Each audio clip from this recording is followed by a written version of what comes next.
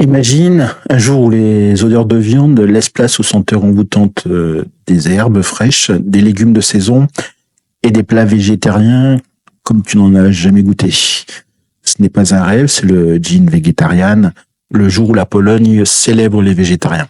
Et si je te disais que derrière cette journée se cache bien plus qu'une simple célébration de la salade, allez viens, je t'embarque dans cette aventure où tradition et modernité se rencontrent. Vitam sur le double K, le podcast où on explore ensemble l'identité polonaise, ses valeurs et ses traditions, qui sont malheureusement souvent méconnues et toujours fascinantes. Je suis Jean-Philippe, ton hôte, et ici je te promets une plongée sans filtre dans la Pologne d'hier, d'aujourd'hui et de demain. Aujourd'hui, on va discuter d'un sujet qui va te surprendre, évidemment. C'est le Gin Vegetarian, le jour des végétariens. Si tu es prêt à découvrir pourquoi en Pologne les légumes peuvent rivaliser avec la viande et la charcuterie, c'est parti. La tradition de ce jour des végétariens est assez récente, puisqu'elle remonte aux années 90, juste après la chute du rideau de fer. À ce moment-là, la Pologne, qui venait juste de sortir du communisme, souhaitait avant tout diversifier son alimentation et s'ouvrir à de nouvelles idées. Et pourquoi pas la végétarienne. Un concept un petit peu qui commençait à faire son chemin en Europe. Et toi, tu t'es certainement demandé pourquoi les Polonais auraient besoin d'un jour pour célébrer les végétariens. Eh bien, tu vois, pour la Pologne qui a toujours eu cette culture culinaire riche en viande, en fait, cette journée, elle marque un peu et elle symbolise avant tout une rupture, un changement d'air, un vent de modernité qui souffle à travers les traditions. Alors oui, la Pologne, tu vas me dire, c'est avant tout le pays de la saucisse, du bigos et des soupes généreuses. Mais crois-le ou non, aujourd'hui, le végétarisme n'est pas une mode importée. C'est une vraie tradition.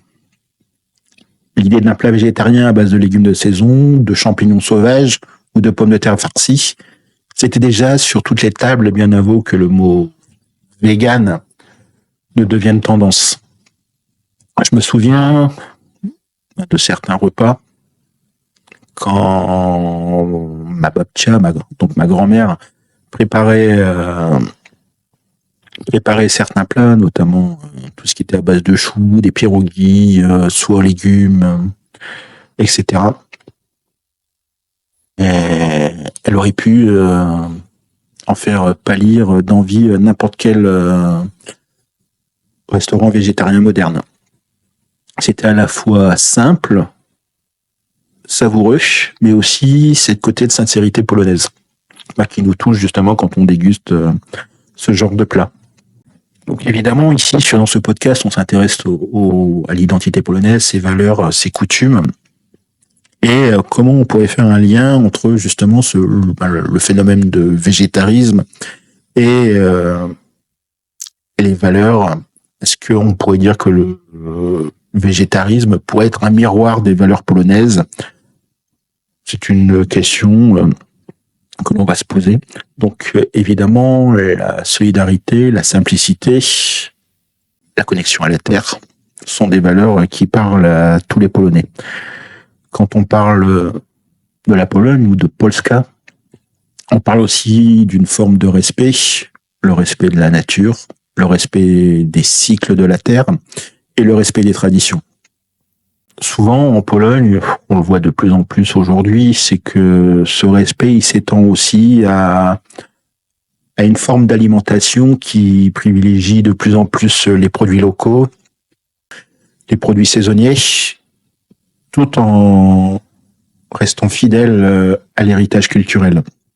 Célébrer le Gin Vegetarian, c'est certainement aussi un petit peu reconnaître l'importance de l'agriculture paysanne, qui, en Pologne, demeure un pilier fondamental de la société. Parce que oui, la Pologne a toujours été fière de ses produits artisanaux, et parfois, un plat végétarien, c'est tout simplement une expression d'un amour sincère pour la terre. Je vais te partager une petite anecdote. C'était il y a quelques années, lors d'un voyage à Cracovie. Et j'avais entendu parler sur les réseaux qu'il y avait un restaurant qui faisait un bigos végétarien. Et évidemment, j'étais dubitatif parce que pour moi, le bigos, on y retrouve des morceaux de saucisse, des morceaux de viande, etc. Un bigos sans viande, pour moi, c'était quasiment impossible. Eh bien, tu vois, c'est là que j'ai compris que la Pologne est pleine de surprises. Je suis allé dans ce petit restaurant caché au fin fond d'une ruelle, comme si le secret était bien gardé. Tu vois, tu avais simplement les gens du cru qui savaient qu'il existait et qui servaient ce plat différent des autres. Évidemment, je commande et je revois cette assiette de bigos arriver un petit peu super bien présentée, il n'y a rien à dire, c'était même sublime. Première dégustation, évidemment, on y retrouve les saveurs de choux, des champignons, un petit peu de cumin, etc. Et je me suis dit, mais c'est pas possible, en fait. On peut pas faire un bigos sans viande. Et pourtant, j'ai été complètement conquis. En fait, ce bigos, c'était un petit peu une véritable métaphore de la Pologne. C'était à la fois riche, chaleureux, et plein de saveurs inattendues. Tu te dis peut-être, ok, c'était cool dans le passé, mais qu'en est-il aujourd'hui ?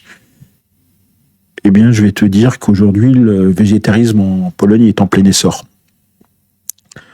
De plus en plus de jeunes, évidemment, s'engagent dans des pratiques alimentaires plus responsables. On retrouve aussi, évidemment, de plus en plus de restaurants végétariens dans les plus grandes villes, Varsovie, Wrocław et Cracovie. Et même dans des plus petites. Tu peux trouver des plats végétariens incroyables. D'ailleurs, un des plats certainement les plus connus en Pologne en termes de végétarisme, on pourrait aller dire que le pierogi aux choux et aux champignons est un plat vraiment à découvrir. C'est une révolution qui se veut à la fois discrète, mais bien réelle. Et tout ça sans perdre cette âme polonaise qui fait que chaque repas est un moment d'échange, de convivialité, mais aussi de respect. Tu crois que le gym végétarien est un sujet intéressant ? Attends de voir ce qui t'attend à la prochaine fois. On va s'attaquer à un sujet bien plus sérieux et crucial pour la Pologne, qui est la journée internationale de prévention contre les extrémismes violents. J'en doute pas, ce sera très intense, mais nécessaire pour comprendre le rôle que joue aujourd'hui la Pologne sur la scène mondiale. Je te conseille de ne pas rater cet épisode. Si tu as aimé ce nouvel épisode du Double Cash, je te dis de mettre un petit j'aime, de t'abonner et surtout de le partager. Chaque geste compte pour soutenir ce projet et faire grandir cette belle communauté. Les liens pour soutenir le podcast sont dans la description. Merci pour ton écoute. Je te dis à demain sur le Double K, où chaque histoire polonaise mérite d'être racontée.